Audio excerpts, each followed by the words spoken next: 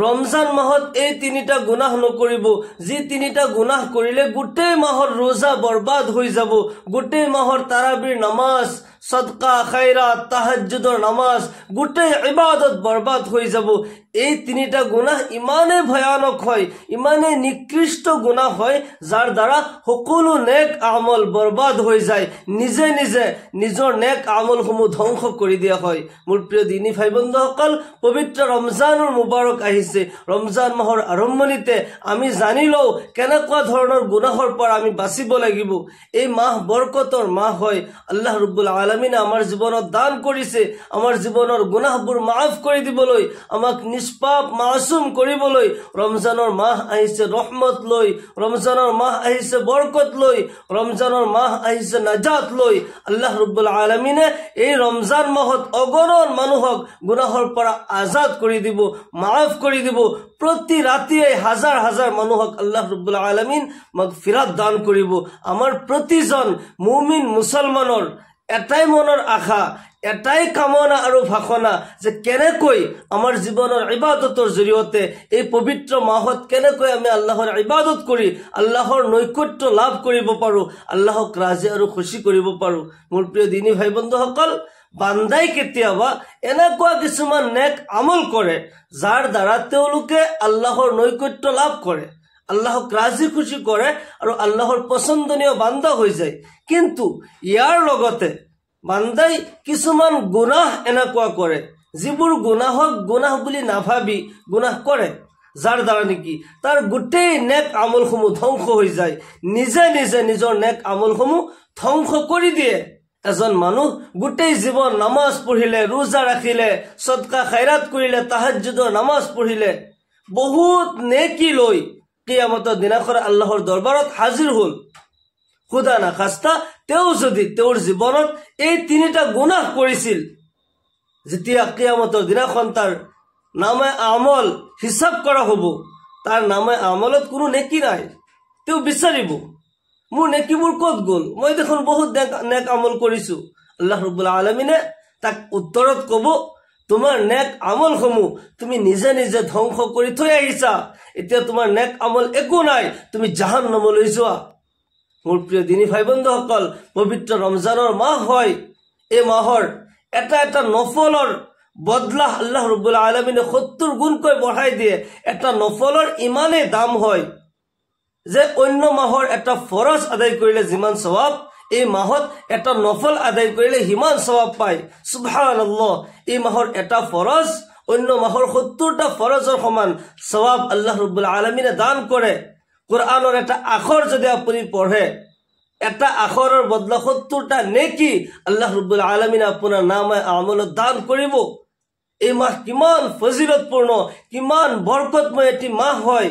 এই মাহত আমি যিমান বেশি আল্লাহর ইবাদত করিম, আল্লাহ রাব্বুল আলামিন আমার প্রতি রাজি আর খুশি হয়ে যাব। আমার ইহকাল পরকালত আল্লাহ তাআলাই কল্যাণ দান করিব। কিন্তু ইয়াৰে লগতে আমি জানিব লাগিব যে কেনেকুৱা ধৰণৰ পাপ আমি কৰিব নালাগে, কেনেকুৱা ধৰণৰ পাপৰ দ্বাৰা আমাৰ গোটেই নেক আমলসমূহ বৰবাদ হৈ যায়, আমি জানিব লাগিব। মোৰ প্ৰিয় দিনী ভাই বন্ধুসকল, মোৰ অতি শ্ৰদ্ধাৰ মা আৰু ভনীসকল, কথাখিনি বহুত মনোযোগ সহকাৰে শুনিব। 1 নম্বৰ গুনাহ হৈছে, 1 নম্বৰ পাপ হৈছে যদি আপুনি মই হাসাদ কৰিছো। হাসাদ মানে হৈছে হিংসা কৰা। হাসাদৰ লঘৱী অৰ্থ হৈছে যে কাৰোবাক আল্লাহ তাআলাই নিয়ামত দিছে, ধন সম্পত্তি দিছে, টকা পইচা দিছে, আল্লাহ তাআলাই দিয়া কোনোবা নিয়ামতৰ প্ৰতি আমি হিংসা কৰিছো, তাৰ প্ৰতি হিংসা কৰিছো, মনত এনেকুৱা কামনা কৰিছো যে তাৰ সেই নিয়ামত যাতে উঠি যায়, সেইবোৰ নিয়ামত যাতে ধ্বংস হৈ যায়, মই পাও বা নাপাও কিন্তু সি পাব নালাগে, তাৰ এইবোৰ নিয়ামত ধ্বংস হৈ যাব লাগে। হাসাদ ইয়াৰ সিম্পল উদাহৰণ হৈছে এজন ব্যক্তি, তাৰ ভায়েকে গাড়ী লৈছে, তাৰ গাড়ী নাই, আছে বা নাই কোনো কথা নাই, কিন্তু তাৰ ভায়েকে গাড়ী লোৱাৰ কাৰণে তাৰ মনত হিংসা আহিছে। তাৰ ভায়েকৰ এই গাড়ী ধ্বংস হৈ যোৱাৰ কামনা কৰিছে। মই গাড়ী পাও নে নাপাও এইটো কথা নহয়, কিন্তু তাৰ গাড়ীটো থাকিব নালাগে, হয়তো এক্সিডেন্ট হোক, কিবা নহয় কিবা হৈ ধ্বংস হৈ যাক, এনেকুৱা কামনা কৰা, ইয়াৰ নাম হৈছে হাসাদ। আল্লাহৰ ৰাসূল জনাব মুহাম্মদুৰ ৰাসূলুল্লাহ সাল্লাল্লাহু আলাইহি ওয়াসাল্লামে কয় হাসাদ এনেকুৱা এটি নিকৃষ্ট পাপ হয় যাৰ দ্বাৰা নেকিসমূহ বৰবাদ হৈ যায়। হাসাদে কাৰোবাৰ প্ৰতি যদি হিংসা কৰিছো, কাৰোবাৰ ধ্বংস কামনা কৰিছো, মোৰ মনত যদি এনেকুৱা জহৰ ভৰাই থোৱা আছে, ইয়াৰ দ্বাৰা মই যিমানে নেকি অৰ্জন কৰো, যিমানে নেক আমল কৰো, মোৰ নেক আমলসমূহ ধ্বংস হৈ যাব। হাসাদ নেকিসমূহক এনেকৈ ধ্বংস কৰি দিয়ে যিদৰে জুয়ে শুকান খৰি জ্বলাই ছাই কৰি দিয়ে। নাউজ বিল্লাহ। যদি আপুনি হাসাদ ৰাখিছে, কাৰোবাৰ প্ৰতি হিংসা ভাৱ ৰাখিছে, কাৰোবাৰ ধ্বংস কামনা কৰিছে, এইবোৰ যদি আপোনাৰ মনত আছে, আপুনি গোটেই ৰাতি তাহাজ্জুদৰ নামাজ পঢ়ক, গোটেই মাহৰ ৰোজা ৰাখক, তাৰাবিৰ নামাজ পঢ়ক, সদকা খৈৰাত কৰক, কোনো কিছু ইবাদত আল্লাহ ৰাব্বুল আলামিনৰ দৰবাৰত গ্ৰহণযোগ্য নহয়। গতিকে সাৱধান। আমি প্ৰথমতে এনেকুৱা ধৰণৰ পাপৰ পৰা আমাৰ অন্তৰ পৰিষ্কাৰ কৰিব লাগিব।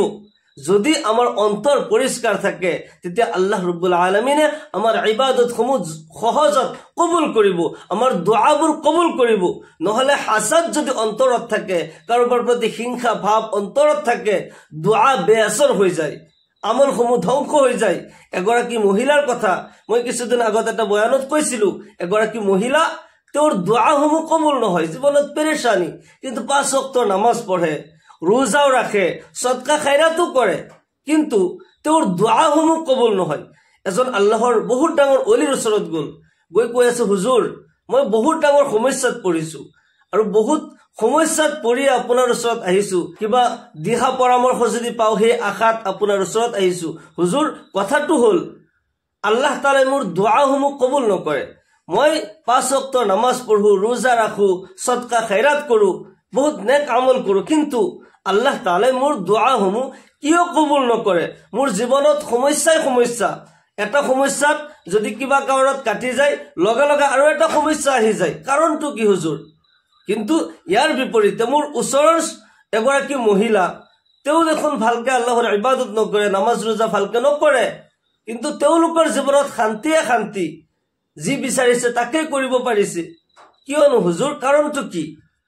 আল্লাহৰ ওলিজনে মহিলাগৰাকীৰ কথাত বুজি পালে যে তেওঁৰ অন্তৰত আনৰ প্ৰতি কেনেকুৱা হিংসা ভাৱ, হাসাদ ভৰপূৰ হৈ আছে। কথাতেই কিছুমান বুজি পায়। আল্লাহৰ ওলিজনে মহিলাগৰাকীক উদাহৰণস্বৰূপে বুজাবলৈ এগিলাচ পানী লৈ আহিল। পৰিষ্কাৰ পানী, খাব পৰা পানী আনি টেবুলৰ ওপৰত ৰাখি দিলে আৰু বিষৰ এটা বটল লৈ আহিল আৰু 1 টোপাল বিষ এই গিলাচ পানীত দি দিলে। দি দিয়াৰ পিছত মহিলাগৰাকী চাই আছে, কি কাণ্ড, কি কৰি আছে। তেতিয়া হুজুৰে ক'লে, ঠিক আছে পানীখিনি আপুনি খাই দিয়কচোন আগতে। মহিলাগৰাকী চাই আছে প্ৰথমৰ পৰা, স্পষ্ট ভাল পানী আনা হ'ল আৰু তাতে বিষ দি দিলে মোৰ চকুৰ আগত।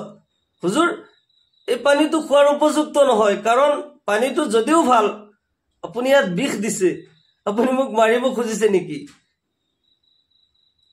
আল্লাহৰ ওলিজনে কৈ আছে, পানীখিনি তাৰমানে খাব নোৱাৰা? বোলে নহয়, খাবতো নোৱাৰি, জানি বুজি কেনেকৈ মৰো, পানীটো খোৱাৰ উপযুক্ত নহয়। আল্লাহৰ ওলিজনে এতিয়া মহিলাগৰাকীক বুজাই আছে যে এতিয়াহে তুমি মেইন পইণ্টত আহিছা। এগিলাচ পৰিষ্কাৰ পানীত 1 টোপাল বিষ থাকিলে যিদৰে এই পানী খোৱাৰ উপযুক্ত নহয়, ঠিক তেনেদৰে তোমাৰ জীৱনৰ নেক আমলসমূহ হৈছে এই গিলাচ পৰিষ্কাৰ পানীৰ দৰে।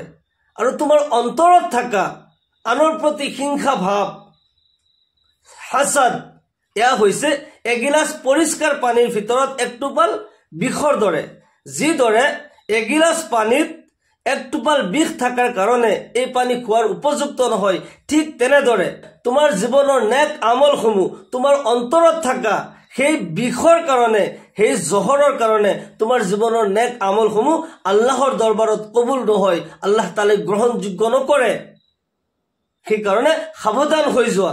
আজিৰ পৰা আনৰ প্ৰতি হিংসা ভাৱ, হাসাদ তোমাৰ অন্তৰত নাৰাখিবা। সেইবোৰ ধুই মুছি অন্তৰ পৰিষ্কাৰ কৰা, তেতিয়া আল্লাহ তাআলাই তোমাৰ দুআসমূহ কবুল কৰিব।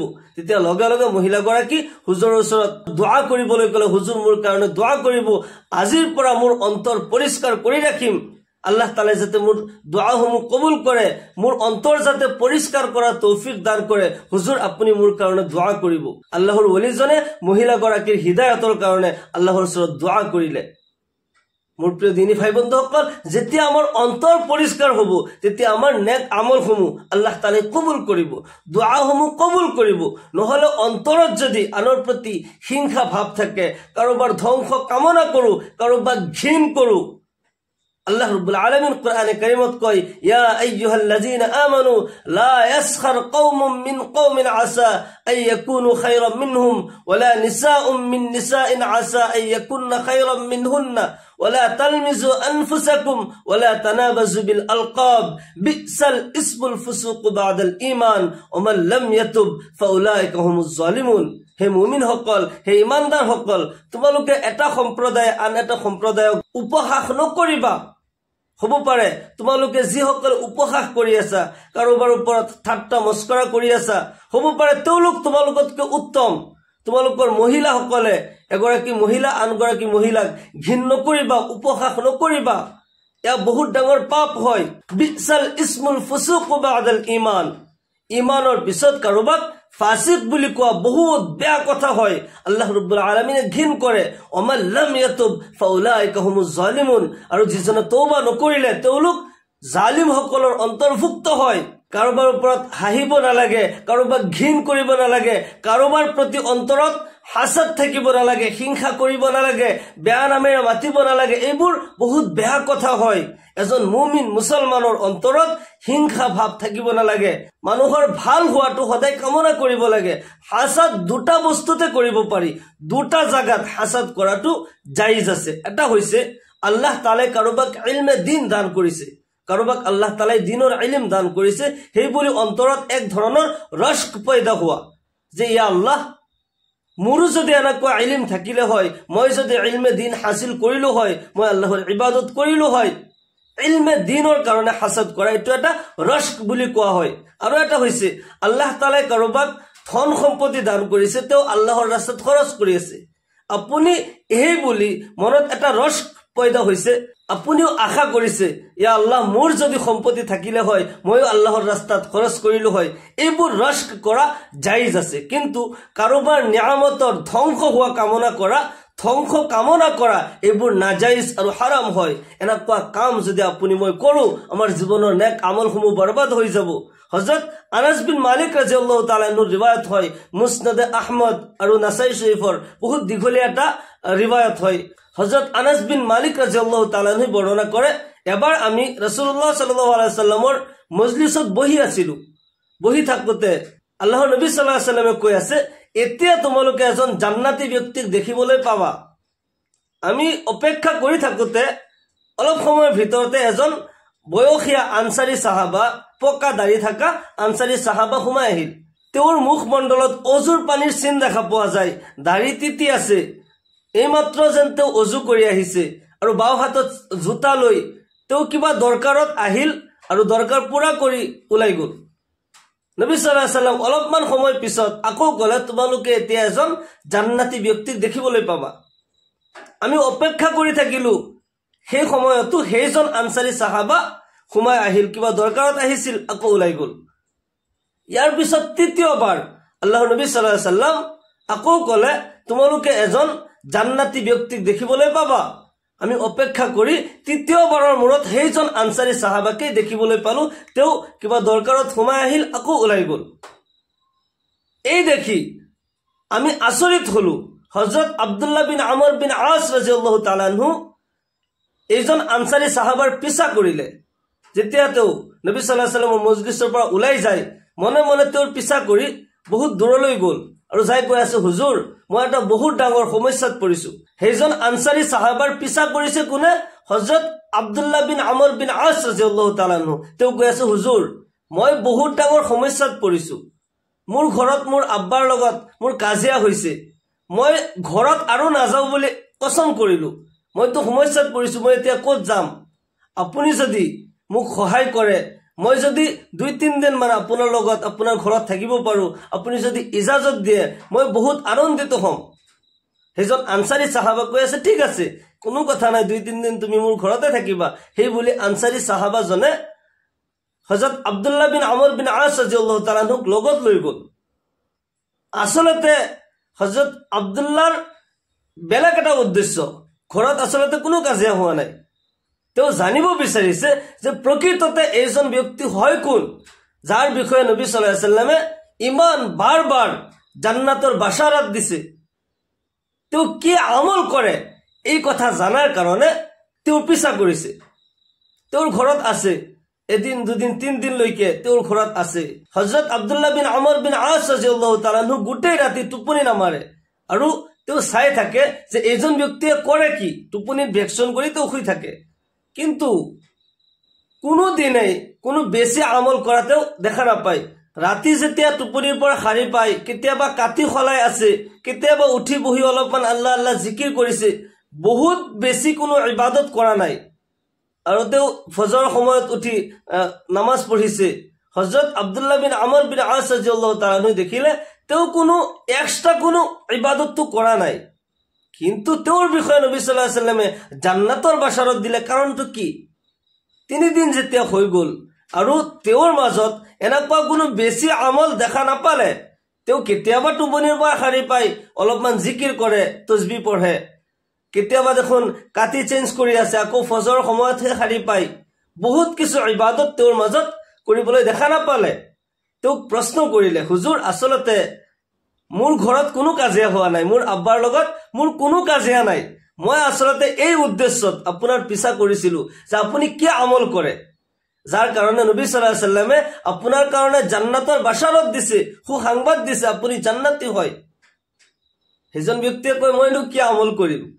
মইতো বেলেগ কোনো আমল কৰিব নোৱাৰো মই হলো দুখীয়া মানুহ 5 ওয়াক্ত নামাজ পঢ়ো অলপমান তাসবিহ তাহলিল কৰো এইখিনি কোৱাৰ পিছত হযৰত আব্দুল্লাহ বিন আমৰ বিন আস ৰাদিয়াল্লাহু তাআলা আনহু যেতিয়া সেইজন ব্যক্তিৰ পৰা বিদায় লৈ গুছি আহে অলপমান আগবাঢ়োতেই সেইজন আনসাৰী সাহাবা কয় হে আব্দুল্লাহ এটা কথা শুনা মই কোনো এক্সট্ৰা ইবাদত নকৰো কিন্তু আসল কথাটো কি জানানে যে নবী সাল্লাল্লাহু আলাইহি সাল্লামে যে মোৰ কাৰণে জান্নাতৰ বাশাৰত দিছে মই ভাবো যে এই কাৰণে জান্নাতৰ বাশাৰত দিছে এই সুসংবাদ দিছে যে মোৰ অন্তৰ বহুত পৰিষ্কাৰ হয় কাৰোবাক আল্লাহ তাআলাই বহুত ধন সম্পত্তি দিছে মই এনেকুৱা কোনো হিংসা ভাব তেওঁৰ প্ৰতি নাৰাখো কাৰোবাৰ ধন সম্পত্তি ধ্বংস হৈ যোৱাৰ কামনা মই কেতিয়াও নকৰো মই কাৰোবাৰ লগত কোনো ধৰণৰ হিংসা বিবাদ মই নকৰো কাৰোবাৰ নিয়ামতৰ জাৱালৰ আশা মোৰ অন্তৰত নাই মোৰ অন্তৰখন পৰিষ্কাৰ হয় হে আব্দুল্লাহ তুমি যিমানে ইবাদত নকৰা কিয়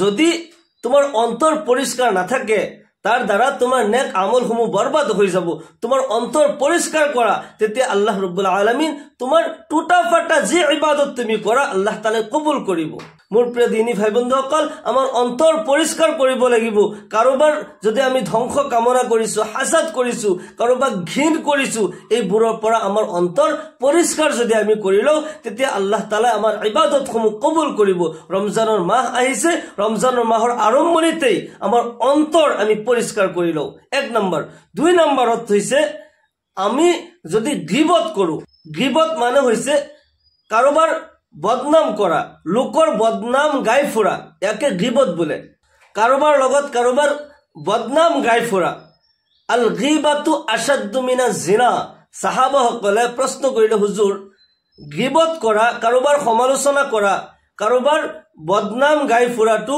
জিনাতকৈ আৰু ভয়ংকৰ কাৰণটো কি আল্লাহৰ নবী সাল্লাল্লাহু আলাইহি সাল্লামে কয় জিনা বহুত ডাঙৰ পাপ হয় বহুত ঘৃণনীয় অপৰাধ হয় এজন মানুহে শয়তানৰ ধোকাত পৰি হোক জ্ঞানৰ অভাৱত হোক যদি জিনা কৰিছে ইয়া বহুত ডাঙৰ অপৰাধ হয় ইয়াৰ কাৰণে আল্লাহ তাআলা দুনিয়াতো শাস্তি দিছে আখিৰাততো শাস্তি আছে কিন্তু জিনা কৰা এজন ব্যক্তিৰ গুনাহ আল্লাহ তাআলা ইচ্ছা কৰিলে মাফ কৰি দিব পাৰে কিন্তু যদি তুমি তোমাৰ ভাইকৰ গীবত কৰিছা সমালোচনা কৰিছা বদনাম গাই ফুৰিছা আল্লাহ তাআলা তেতিয়ালৈকে তোমাৰ এই গুনাহ মাফ নকৰে যেতিয়ালৈকে সেইজন ব্যক্তিয়ে তোমাক মাফ কৰি নিদিয়ে নাউজুবিল্লাহ কিমান ডাঙৰ অপৰাধ হয়, কিমান ডাঙৰ পাপ হয়। কাৰোবাৰ সমালোচনা কৰাটো, কাৰোবাৰ গিবত কৰাটো, লোকৰ বদনাম গাই ফুৰাটো কিমান ডাঙৰ অপৰাধ হয়। ইয়াৰ দ্বাৰা নেকিসমূহ বৰবাদ হৈ যায়, আমলসমূহ বৰবাদ হৈ যায়।